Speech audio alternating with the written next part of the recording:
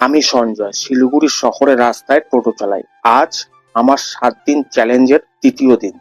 সকালবেলা ঘুম থেকে উঠে আমার মেয়ে অঙ্কিতাকে স্কুলে ছেড়ে দিয়েই শুরু করলাম আজকের যাত্রা।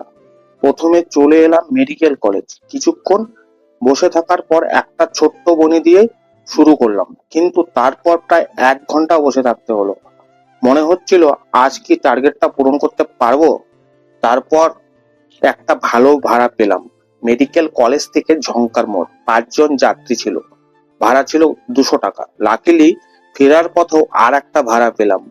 আপ এন্ড ডাউন মিলিয়ে প্রায় 300 টাকা কালেকশন হলো। তারপর আবারও অপেক্ষা।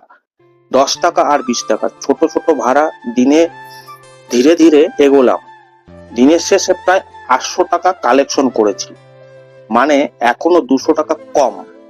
কিন্তু চেষ্টা চালিয়ে গেছি, থামিনি। তাই একটু হলেও পেরেছি। এইভাবে কেটে গেল আজকের দিন। ভালো লাগলে লাইক করো আর ফলো করে পাশে থাকো। নমস্কার।